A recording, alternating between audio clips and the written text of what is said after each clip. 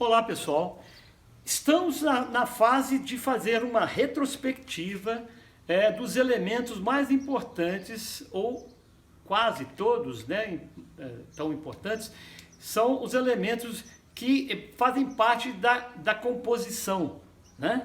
Então, só recordando aqui que a composição, essa distribuição, né, esse arranjo que nós fazemos em um espaço composicional, que pode ser um retângulo, se for um quadro, pode ser uma oval, né? Nós vamos trabalhar elementos ali, arranjando-os, né? Certo? Na arquitetura você faz tanto no bidimensional como no tridimensional, isso nós já falamos em outros encontros. Então, dando continuidade àqueles elementos mais importantes, vamos recordar um dos elementos fundamentais também, muito utilizados na composição, que seria a simetria. Largamente utilizado, né, na Idade Antiga, né, nas artes média, era, né, antiga, e também no Renascimento. Chegou até a Idade Moderna, entretanto, já com variantes que veremos mais à frente. Bom, o que se baseia a simetria? Ela se baseia numa balança, né? Isso nós já até comentamos, nós estamos apenas reforçando aqui o que falamos há um tempo. Mas sempre com o intuito de encontrarmos o quê? O equilíbrio, a busca do equilíbrio, como nós já falamos em outros momentos, né? Aquilo que o olhar distingue como algo que está lá, nesta dada composição, sem termos que retirar algum elemento ou colocarmos mais elementos, certo? Então, é aquela situação que você, no caso da simetria, né, que você baseia-se num eixo central, onde você vai acrescentando elementos de um lado, né, e de outro. Uma simetria rigorosa, ela funciona como uma asa de borboleta, né, certo? Perfeita, onde há um espelhamento. No caso, por exemplo, você nota isso na natureza por aí afora, nas folhas, nas árvores, dependendo do tipo de árvore, não é verdade? E no próprio seres animais. O ser humano estaria envolvido também. Se passarmos um eixo aqui, nós vamos ver que há essa divisão. Embora ela não é espelhada, você verá que há uma diferença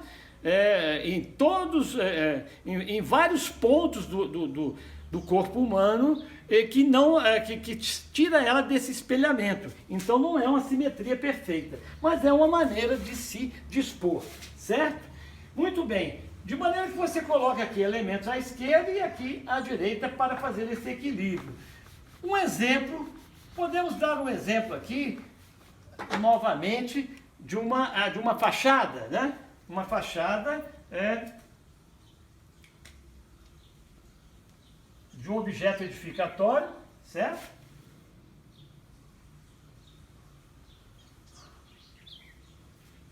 Onde temos aqui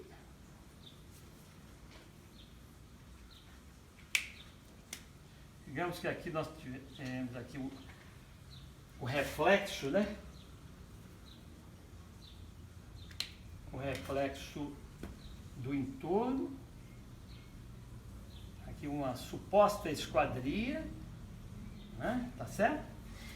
Então, nesse caso aqui específico, nós temos uma situação onde nós podemos traçar um eixo, não é?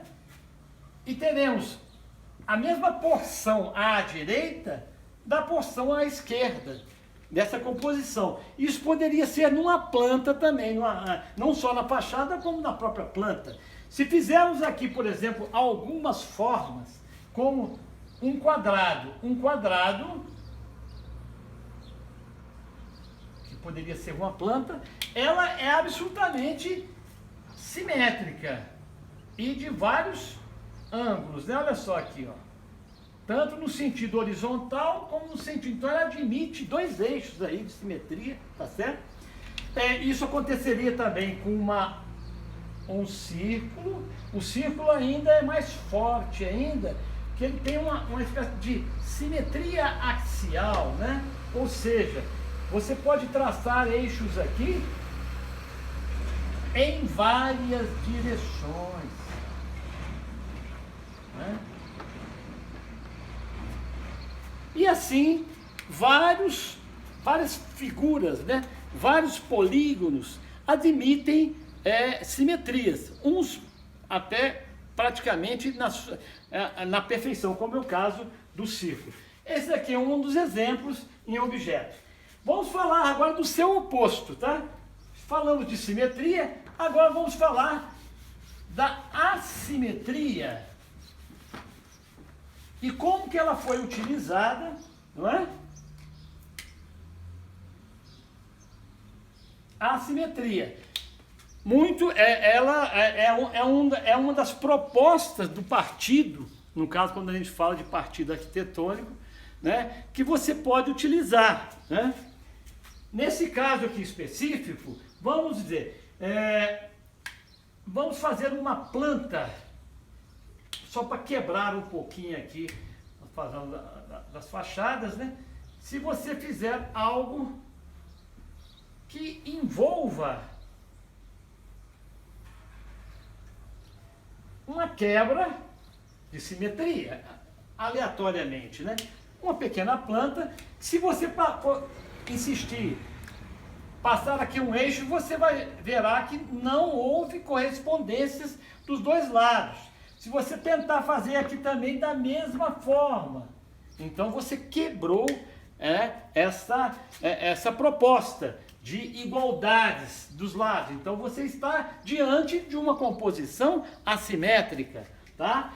Vamos fazer aqui agora uma fachada, só para fazer uma correspondência com aquele exemplo anterior, onde você vai experimentar uma assimetria também, certo? Ó, temos aqui uma grande inclinação, perdão,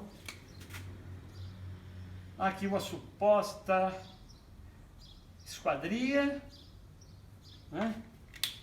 Aqui o reflexo do entorno, enfim, olha só, você aqui automaticamente, você já fez essa quebra, porque a assimetria ela tem essa tendência de quebrar o estático, de tornar mais movimentado, muito utilizado no modernismo, em contraste com o neoclássico, com o renascimento, com todos aquelas normas, daqueles padrões do mundo antigo, né?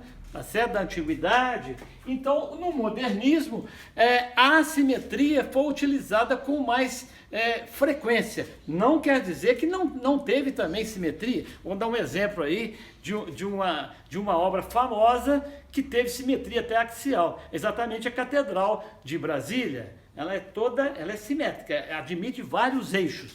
Mas são quase que exceções dessa regra. Certo, pessoal?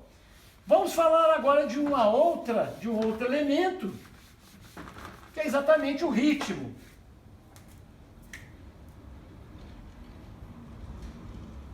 O ritmo, relembrando, né, é aquele elemento, ele tem a ver, é um elemento que se repete, né? Pode ser um ruído e pode ser também uma forma, né? Então ele tem a tendência de sugerir um movimento. No caso das artes visuais, né? O caso da arquitetura, que está dentro da arte também, mas é interessante nós comentarmos sobre ela, né? Um elemento que você você poderia ter uma faixa, eu vou fazer agora aqui em três dimensões, para representar esse ritmo, né? Digamos que aqui você colocasse várias esquadriazinhas, vou fazer uma coisa mais simples, claro, né?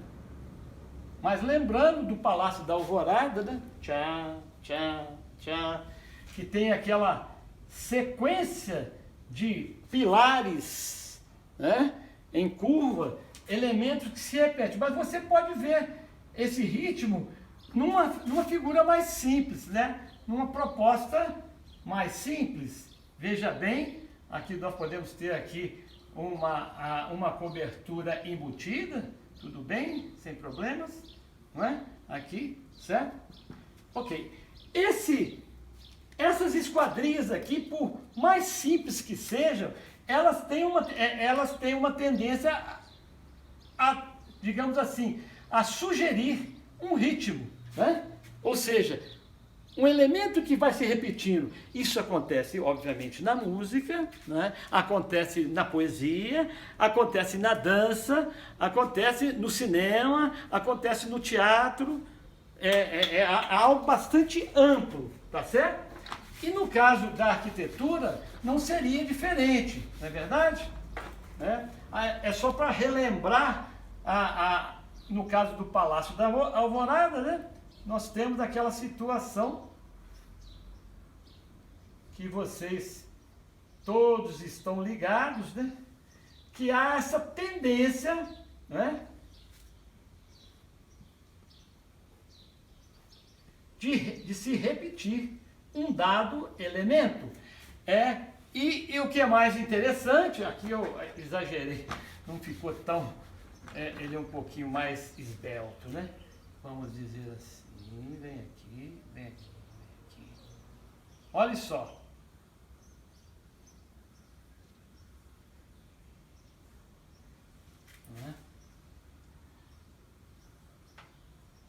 Enfim, ele ia sem limites, né?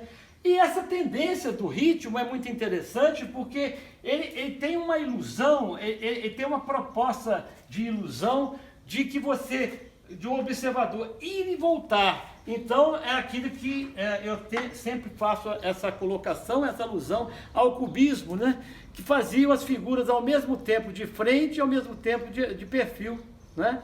Então você, digamos assim, tinha a proposta de atingir a quarta dimensão, que é o tempo, o antes e o depois, obviamente o antes, durante e o depois. Ou seja, você estava envolvendo o fruidor, né, o observador, numa situação de ilusão do tempo, né? Aquele elemento que se repete. Muito bem, ritmo é muito importante na composição, né, pessoal? Ele quebra também. E finalmente... finalmente, não tão finalmente, mas dentro dos elementos que nós propusemos aqui a fazer, dando assim fazendo uma retrospectiva, é a unidade. E às vezes a pessoa, esse termo, né, é preciso ser compreendido como identidade, pessoal, não é? Quando você... Identidade. Numa composição, você costuma ter uma série de formas, né? Mesmo numa disposição de um terreno, quando você vai fazer assim, digamos que você vai trabalhar com vários objetos nessa proposta desse programa arquitetônico. E você, muitas vezes, há ali uma situação que eles são inseparados, né?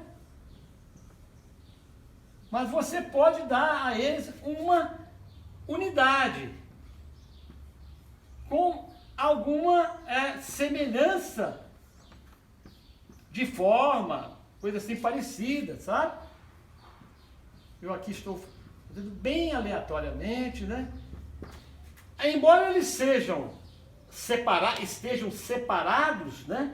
Você tem aqui 4 blocos, mas você tem algumas coisas em comuns em comum entre eles.